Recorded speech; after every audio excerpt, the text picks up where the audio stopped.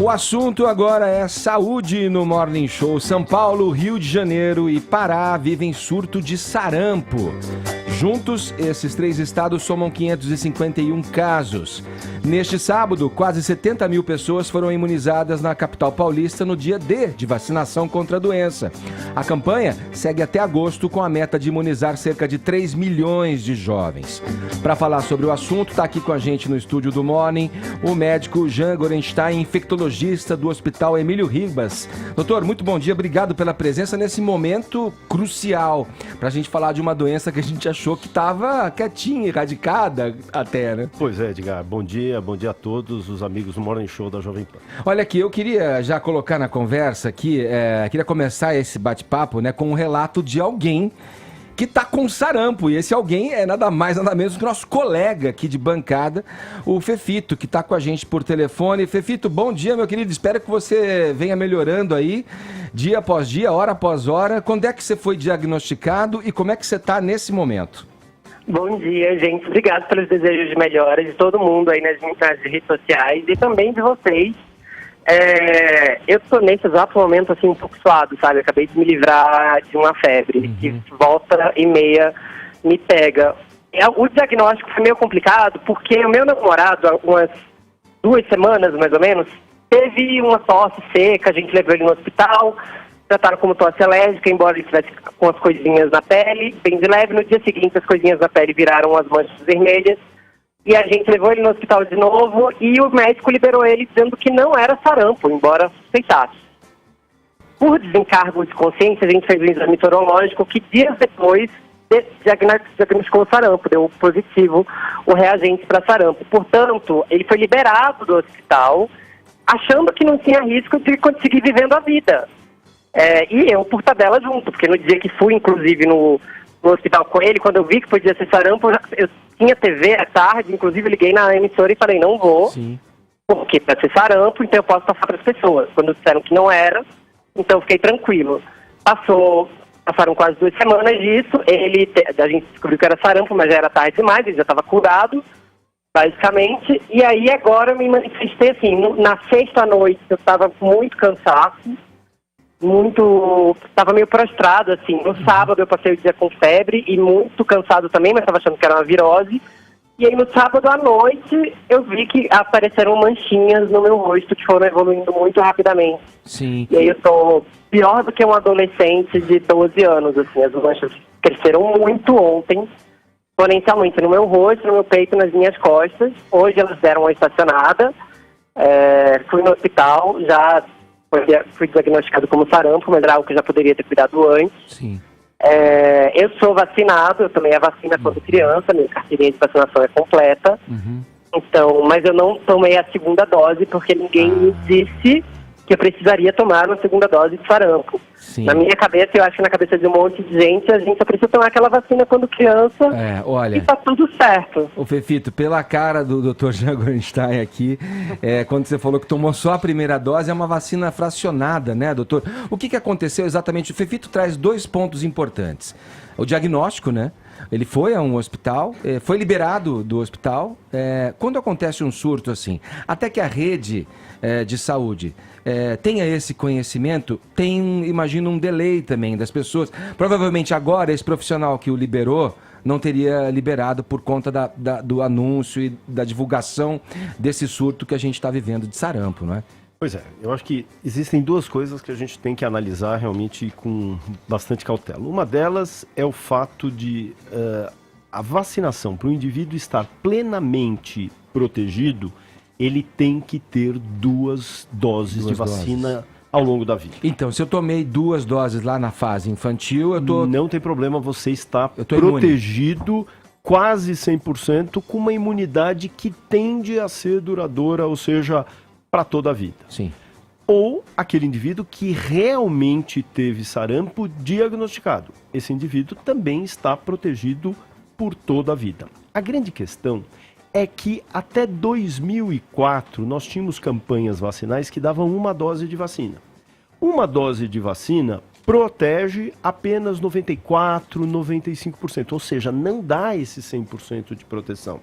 O que quer dizer que você pode entrar em contato com pessoas com sarampo e desenvolver formas muito mais leves, muito mais brandas do que aquelas que a gente encontra no livro e que acabam muitas vezes dificultando o próprio profissional. Fala, puxa vida, será que pode ser ou será que não?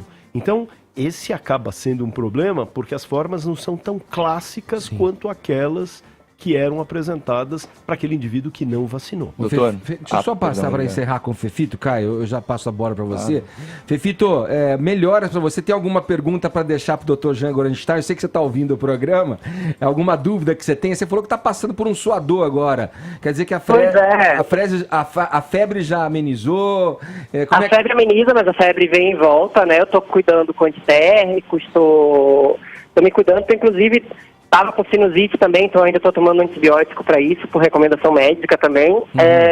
Eu acho que tem duas questões muito importantes de serem faladas, porque ontem eu coloquei nas minhas redes sociais, até mesmo para justificar que eu não estaria no programa, que eu estava com sarampo, e muita gente veio me dizer que eu sei que a prioridade da vacinação é para pessoas de 18 a 29 anos, mas eu também sei que pessoas acima de 29 anos que tenho certeza que não tomaram a segunda dose também têm que ser vacinadas.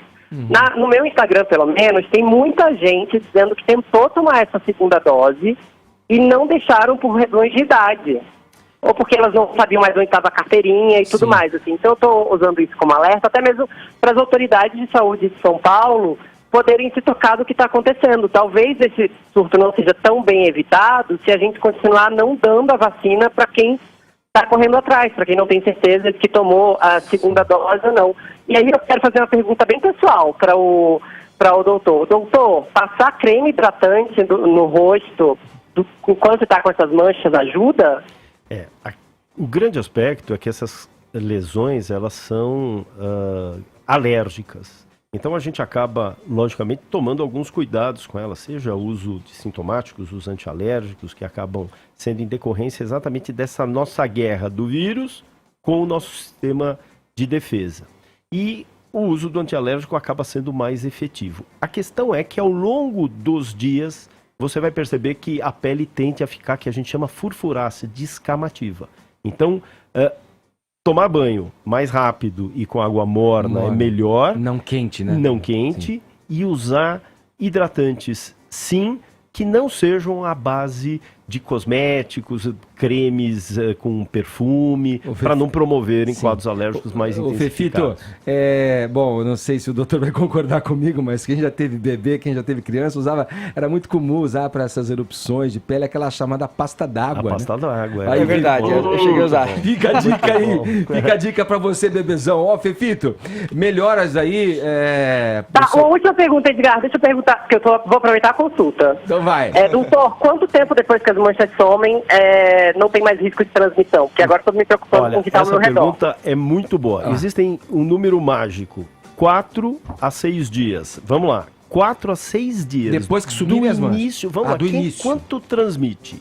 4 a 6 dias antes do início do aparecimento das manchas, já está transmitindo. Eu já estou transmitindo. Então, quando você for ver, muitas vezes nesses 4 a 6 tá dias, perigo. nem sintomas você tinha. Então você já transmitia. Sim. E 4 a 6 dias depois do término das manchas, você ainda transmite. Portanto, esse é um número mágico, ou seja, é bem prolongado o período de transmissão.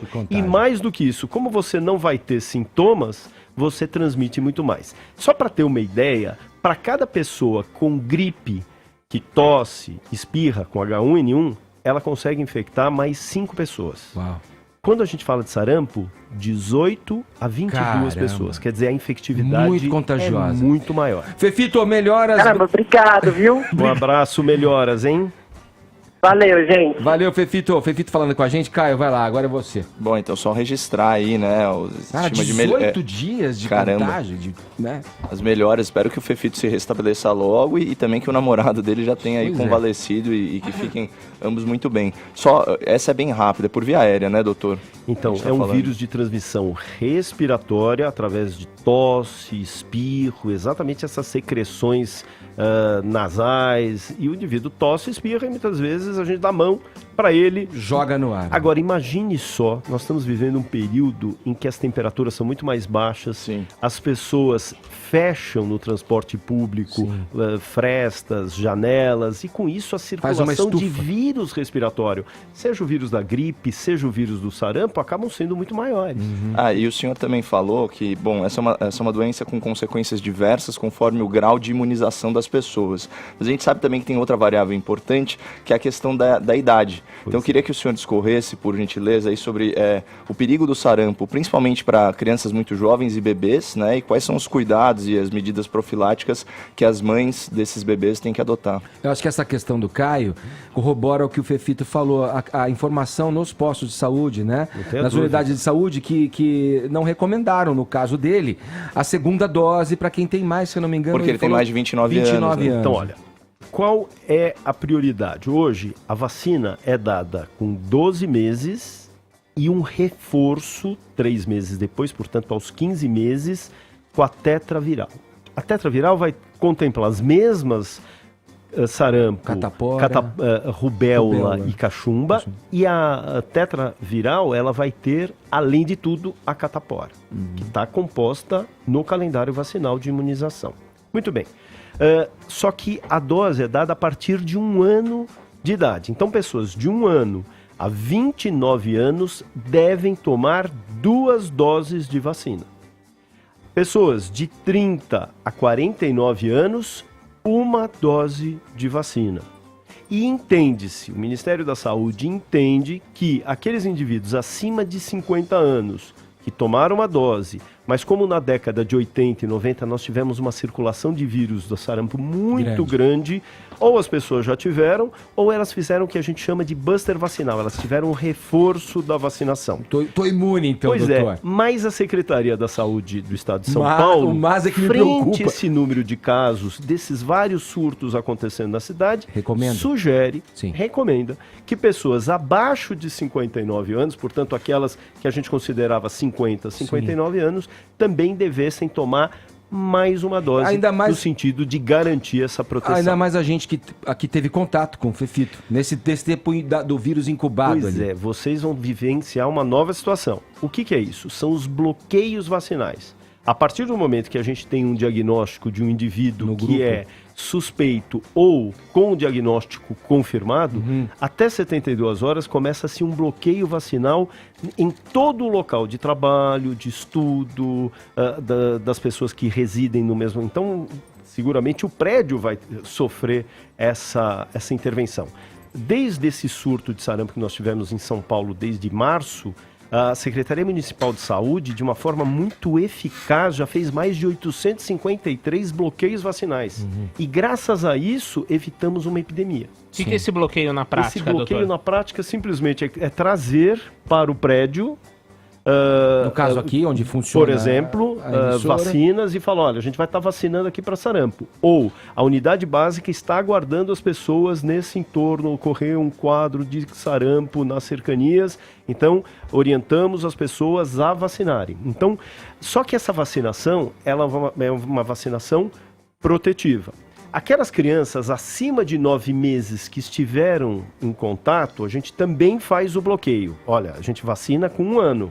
Mas ela faz na vacina de bloqueio, a gente vacina essa criança de 9 meses. Mas nós não vamos considerar que essa criança esteja adequadamente imunizada. Então ela vai ter que tomar as outras 2 doses do sarampo. E de 0 a 9 meses? Então de 0 a 9 meses, por isso é importante para as mães tomarem a vacina. Quando ela toma a vacina, ela produz um anticorpo, as mães, fora da gestação.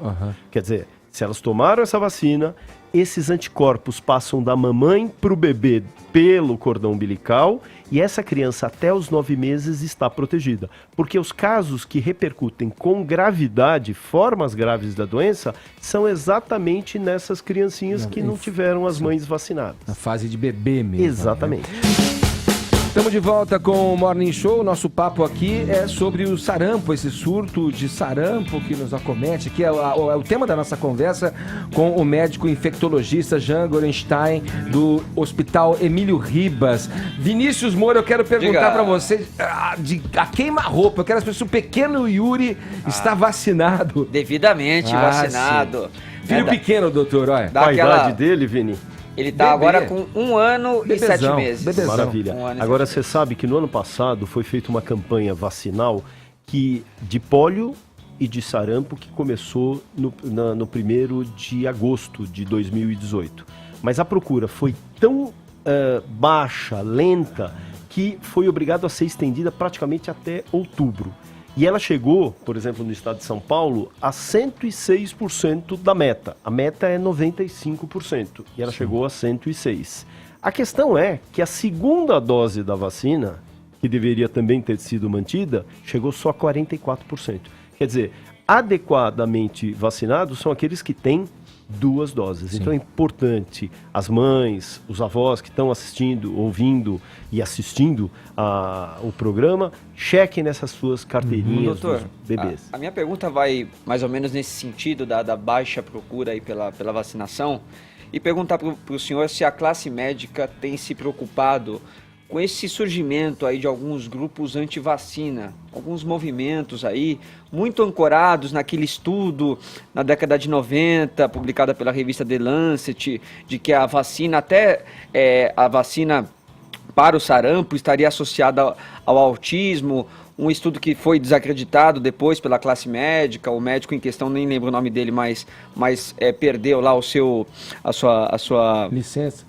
A sua licença médica, não podendo atuar mais, mas agora, novamente, estão se criando essas teorias, né, conspiratórias aí com relação às vacinas. Como que a classe médica tem observado isso? Não tenho dúvida que isso é uma grande preocupação. Isso não é uma preocupação só no Brasil, como no próprio mundo. A Itália, ela simplesmente acabou impondo leis, porque no ano passado, na Europa, e a Itália foi uma das maiores vítimas, nós tivemos 88 mil casos de sarampo na Europa. E a Itália foi uma das ranqueadas.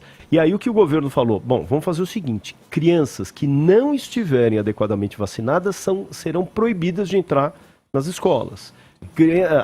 Adolescentes que não estiverem adequadamente vacinados, os pais vão pagar 500 euros de multa. Quer dizer, tudo fazendo com que as pessoas realmente se sensibilizassem para vacinar. No país, a implementação de multas ela não é feita, mas as comunidades, seja de pediatria, Sociedade Brasileira de Infectologia e de Imunização, têm se manifestado no sentido de fazer com que as pessoas tomem a consciência de vacinar, e não só consciência, como responsabilidade. A gente sabe que parte é da fake news. E a gente sabe que essa questão do autismo, isso ficou bem claro que é uma grande inverdade, foi por terra, mas as pessoas falam, eu não vacino não é só para sarampo, eu não vacino para nada.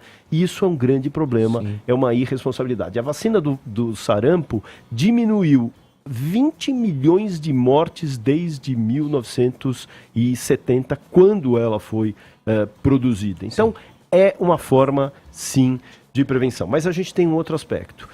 A gente percebe que ainda os pais acham que, tomou uma dose, tá completa. Sim. E, como a gente disse, não está. Então é fundamental, não só que a gente tenha, por um lado, os pais mais responsáveis e anuentes no sentido de levarem seus filhos para vacinar, como, por outro lado, a gente vai ter que reavaliar os horários, a extensão de horários de atendimento nas unidades básicas de saúde. Não dá para o indivíduo que trabalha ter um atendimento até às 17 e não funcionar no sábado, porque ele acaba tendo também essa dificuldade de levar os seus filhos, os seus netos para serem vacinados. O doutor Gorenstein, a gente sabendo da importância, né, nessa campanha, a gente trouxe aqui a nossa hashtag de hoje, queria saber com o Vini, Como é que tá a nossa hash aí, show sarampo, Vini? Pois é, a galera tá participando, tá comentando aí sobre este assunto super importante e também fazendo algumas perguntas para o doutor. Vamos colocar aqui na nossa tela. A Cláudia Silvestre comenta o seguinte: sábado aproveitei que o posto estava aplicando e fui lá tomar a vacina. Acho muito importante essas campanhas ainda quando há casos de surtos, #show sarampo. Outro comentário do nosso ouvinte, a Lorenzinha, coloca a #show sarampo. Gostaria de saber, estou amamentando, tenho 30 anos e minha filha 3 meses. A única forma de protegê-la é eu tomando a vacina, doutor? Então, a questão essa pergunta é muito interessante porque a contraindicação formal acaba sendo para aquelas mulheres que estejam grávidas, além do que aquelas pessoas que tenham algum problema na sua imunidade. Então, dessa forma, ela não é contemplada nessas isenções e contraindicações. Temos mais participações aqui. Vamos girando. A Camilinde diz o seguinte: estar com as vacinas em dia é super importante em qualquer faixa etária. #show sarampo. Tem também a Ida Lima que comenta: #show sarampo. Lá em casa todos tiveram sarampo e catapora quando crianças e eu nunca tive. Não sei se tenho boa imunidade ou se é o que minha mãe sempre diz: você é tão ruim que nem sarampo te pega, mas se puder, eu vou me vacinar. Tem essa máxima, doutor? Tem gente que é tão ruim que não pega sarampo, não? Isso não existe. O que existe é o seguinte: se alguém teve, como a gente está falando da infectividade, da quantidade de pessoas que são infectadas no mesmo ambiente, que acabam se contaminando, então, seguramente ela teria, sim, tido uma forma muito mais branda, uma apresentação muito mais branda do que os irmãos dela. Mas se foi efetivamente diagnosticado como sarampo para os irmãos, ela seguramente teve uma forma muito mais branda e ela está adequadamente protegida. E temos uma última participação aqui do André, que diz: #show sarampo, a volta da doença é resultado da consciência, entre aspas, dos anti-vacina, que a gente já falou aqui. É aquilo que a gente fala, não é só disso, mas a dificuldade de alguns pais de estarem levando seus filhos para tomarem essa vacina. Então é importante que as pessoas tomem essa consciência e mesmo nós, essa campanha veio à tona mostrar que nós precisamos vacinar outras faixas etárias que não só aquela pediátrica. Porque era uma coisa que a gente fala, não, vacina é só para criança. E hoje a gente está vendo que não, que nós precisamos atualizar vacinas em outras faixas etárias, seja no adolescente, seja no adulto, seja no idoso. Então é fundamental que as pessoas estejam sendo orientadas pela comunidade médica, pelos médicos que fazem o seu segmento, para poderem sim estarem adequadamente protegidos e imunizados. Tá certo, eu queria agradecer aqui a presença no Morning Show do médico infectologista Jean Gorenstein, do Instituto Emílio Ribas, elucidando aqui, tirando nossas dúvidas a respeito da doença do sarampo, né, e desse surto pelo qual a gente está passando. Obrigado, viu, doutor? Eu que agradeço a oportunidade e parabenizo vocês da Jovem Pan pelo serviço de utilidade pública. Boa, vamos em frente agora.